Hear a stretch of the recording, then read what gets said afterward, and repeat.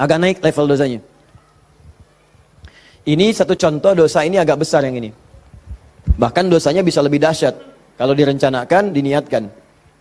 Misal, maaf ya, maaf. Saya pun mengagendakan nanti di tahun ini mudah-mudahan bisa Allah berikan kesempatannya. Saya pengen juga bisa safari ke pesantren-pesantren, ya, lembaga permasyarakatan, ya, Sukamiskin misalnya, kemana lagi, bisa lihat. Saya pengen sampaikan kepada mereka bahwa Anda nggak ada yang sempurna. Tidak ada yang sempurna. Semua orang pernah berbuat salah. Cuman kita bisa berubah. Dan banyak di masa lalu orang yang banyak salah. Ada pemabuk, pezina, pembunuh, dan mereka memilih tobat. Dan ternyata dijamin surga oleh Allah Subhanahu Wa Taala lewat lisan Nabi. Kenapa kita nggak bisa? Ini dosa yang pernah dilakukan dalam kasus pembunuhan. Kalau yang ini tidak sengaja, sifatnya tidak sengaja. Ini contoh, diperkenankan oleh Allah sebagai contoh. Kalau orang berbuat seperti itu, bagaimana cara baliknya? Kenal Nabi Musa? Kenal. Luar biasa, Nabi Adam kenal, Nabi Musa kenal. Jangan-jangan Firaun juga kenal. Ya Allah. Saya tuh kalau Firaun suka ingat suka bumi itu hubud dunia. Suka bumi hubud dunia, suka hubun bumi dunia. Saya tanya di panggung, ada yang kenal Firaun? Kenal. Masya Allah. Di sini masih agak mendingan lah Nabi Adam, Nabi Musa. Sana Firaun. Nabi Musa paham semua kisahnya. Secara singkat kemudian sedang beliau berpetualang. Secara singkat ya. Jalan menemukan dua orang berselisih. Berselisih sampai mau berantem. Dipisah sama Nabi Musa. Dipisah.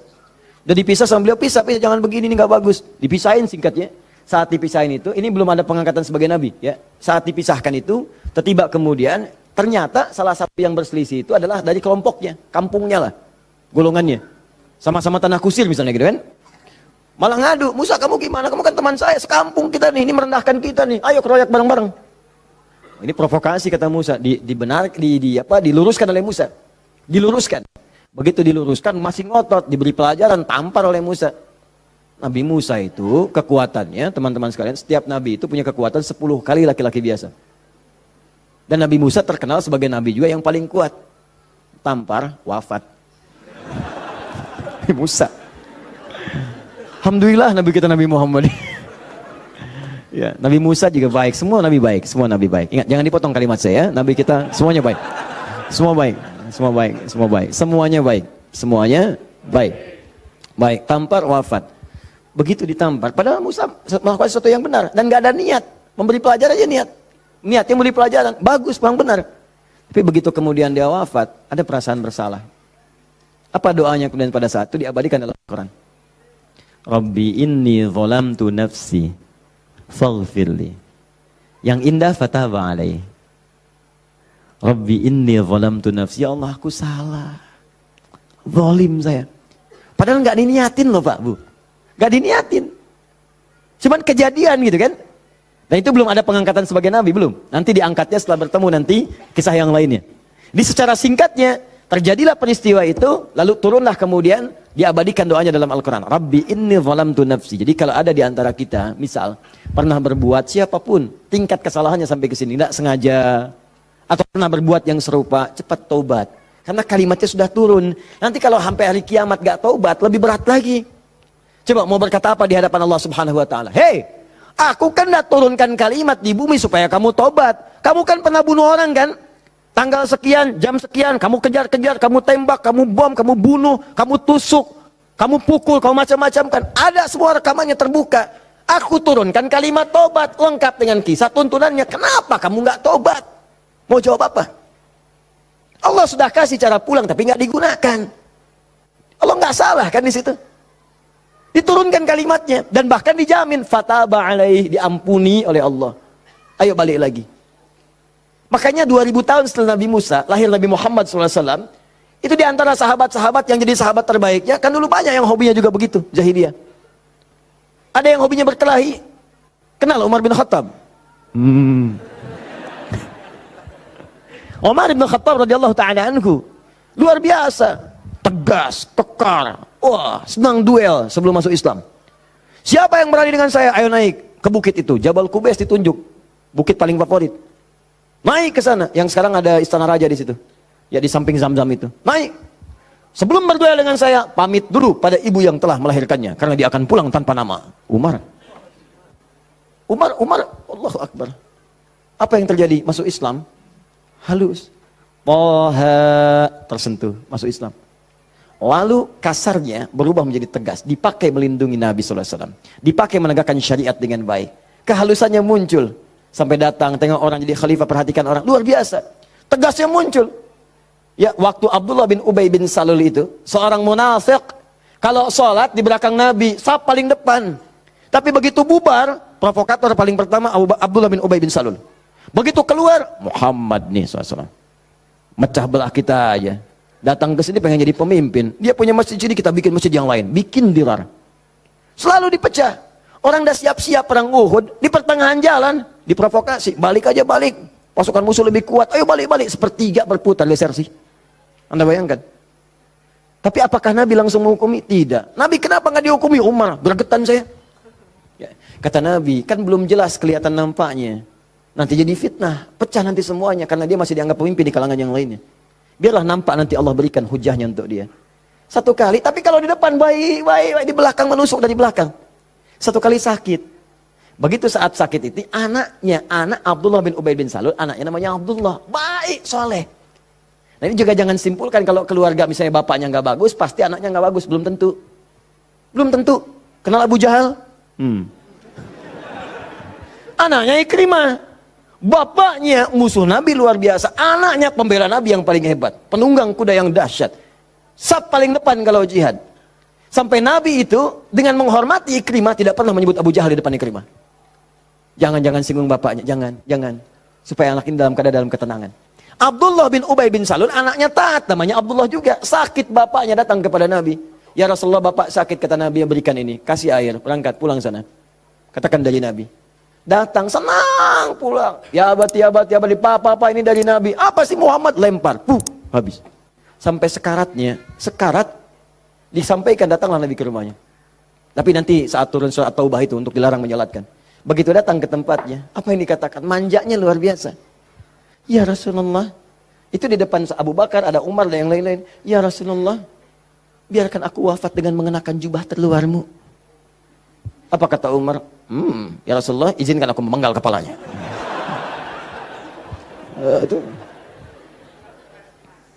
Cuman jubah aja kok, pakai.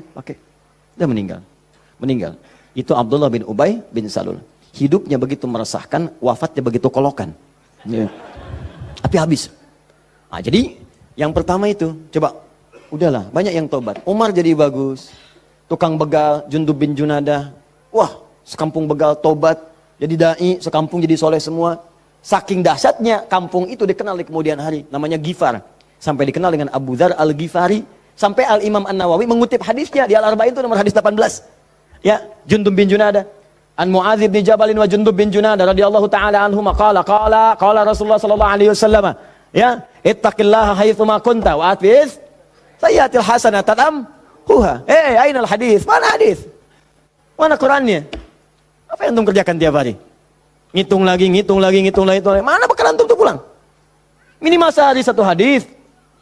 Ambil, walaupun nggak hafal hadis kan nggak mesti hafal. Baca hadisnya, lihat terjemahannya, amalkan isinya. Buka konsepnya. 57 hadis, kitab iman, tiap hari baca satu. Antum pebisnis, keluarkan hadis-hadis bisnis, tiap hari satu. Kalau Al-Quran hafalkan, satu hari satu ayat, tak apa-apa. Pulang punya hujah di hadapan Allah. Ini tiap hari ngitung-ngitung dunia, wafat tinggal semua. Apa yang mau antum ambil? Berharap surga lagi. Takutlah kepada Allah, mulai yang baik.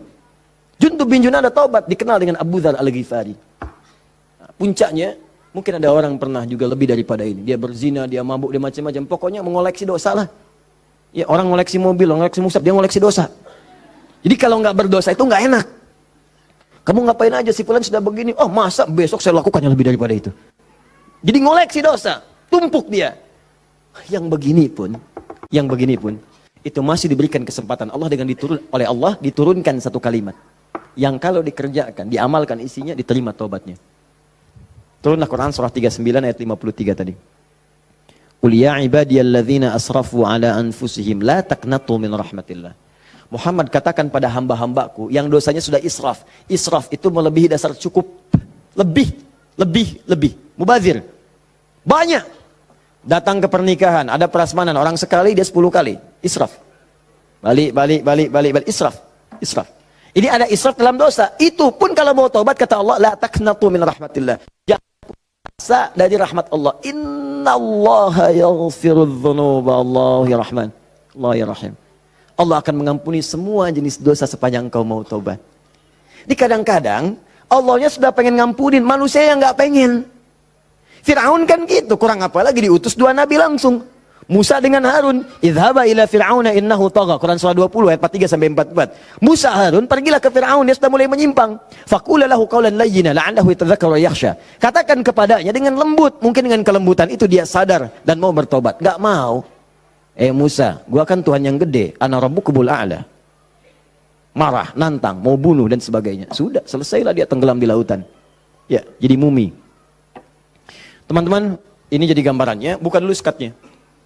Kalau dibuka, ini yang terakhir, kalau dibuka begini, ternyata bukan cuma skatnya, dalamnya kotor. Kotor. Kalau ini kan masih bersih, diminum juga bisa. Masa sih Ustadz? Betul, contoh, bismillah. Alhamdulillah. Ini ya. Bersih. Tapi kalau kotor, siapa yang mau minum? Tidak ada. Maka kalau minuman bercampur kotor, di sini ada kotoran misalnya kan? Ya, maaf.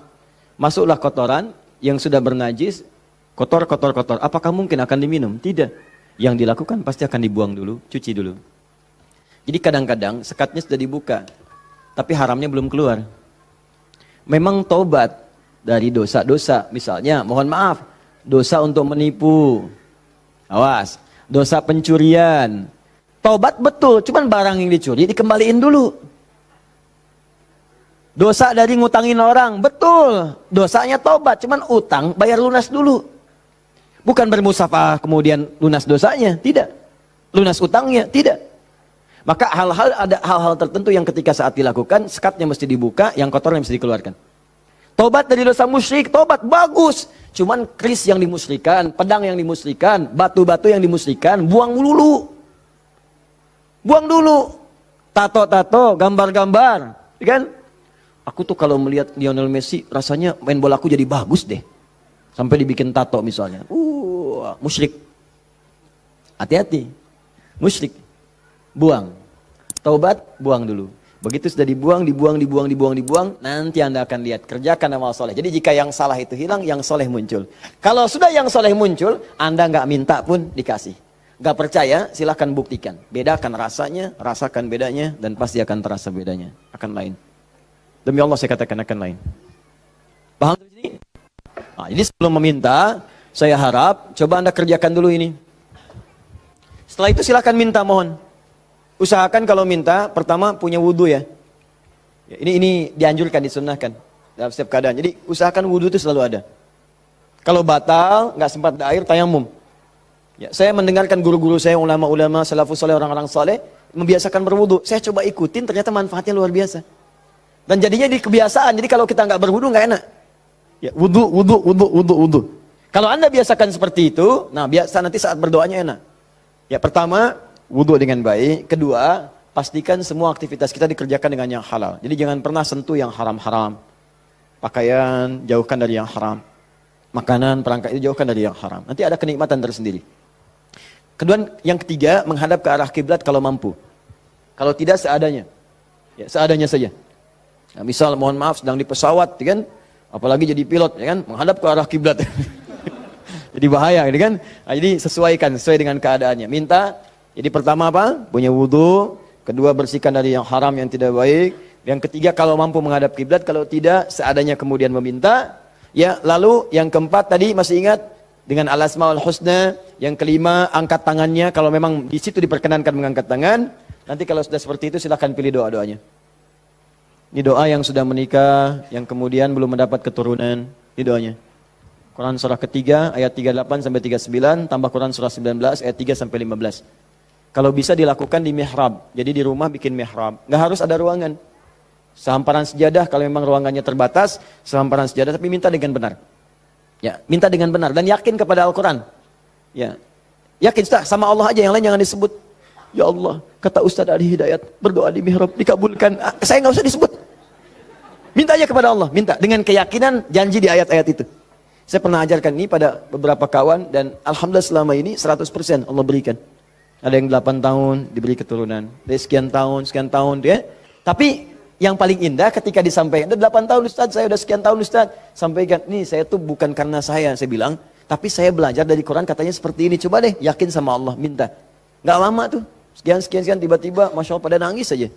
Dipotoin mihrabnya, fotoin sejadahnya, fotoin macam-macamnya. Cobalah, wallahu a'lam, mungkin Anda termasuk bagian itu. Kalau memang bagian dari ujian yang Allah titipkan.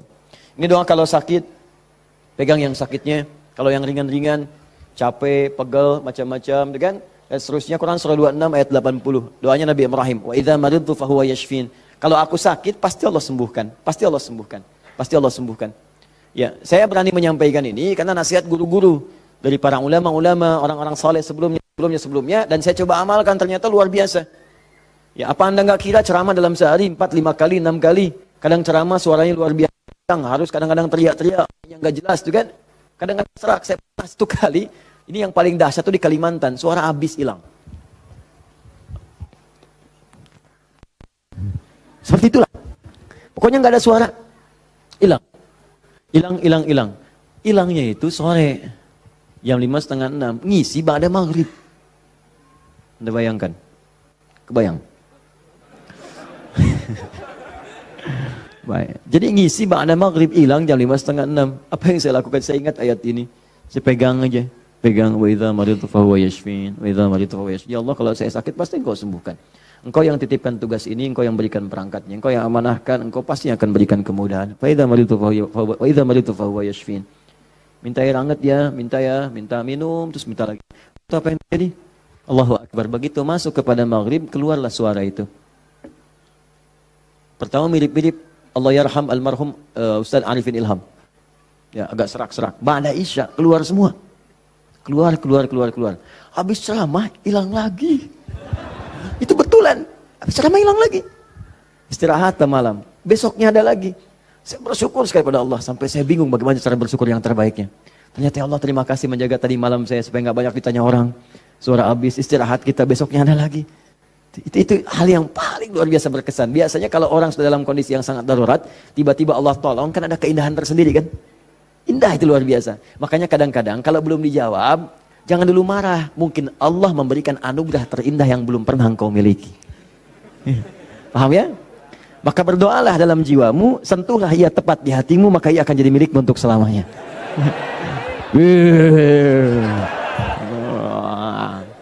Catat. Nah, kalau penyakitnya parah, kata dokter nggak bisa, yang ini Quran surah 21 ayat 83 sampai 84. Ini sering saya sampaikan. Kalau umum, semua umum pengen baik-baik umum, ya inilah yang tadi kata antum sapu jagat ya. Berarti banyak di Quran doa supaya anak misalnya rajin sholat, keluarga bagus, turunan baik, doa sejak dalam kandungan. Ada sebuah, saya pernah sampaikan kok dalam keterangan yang cepat ya. Disilahkan, ada banyak indeks sekarang, ada banyak buku-buku, tinggal dikeluarkan. Kalau saya boleh pesan, sebetulnya kalau mau komplit, beli aja buku hadis. Ya, nggak mahal kok. Antum tuh lebih senang pulsa dibandingkan ilmu. Heran saya orang sekarang. Dulu orang ketemu ulama minta doa, sekarang minta foto. Aduh, sampai saya juga kepikiran apa nyetak aja yang banyak ya. Ustaz minta foto nih, Ustaz minta foto nih gitu. Aduh. Allahu Akbar, astagfirullah. Nah, jadi teman-teman sekalian, itu barangkali yang sekiranya bisa disampaikan. Jadi dengan itu saya ingin tunjukkan bahwa insya Allah selama kita hidup, Allah pasti akan mudahkan, kecuali yang kita persulit. Jadi kalau sudah diberikan kemudahan, jangan dipersulit. Paham ya?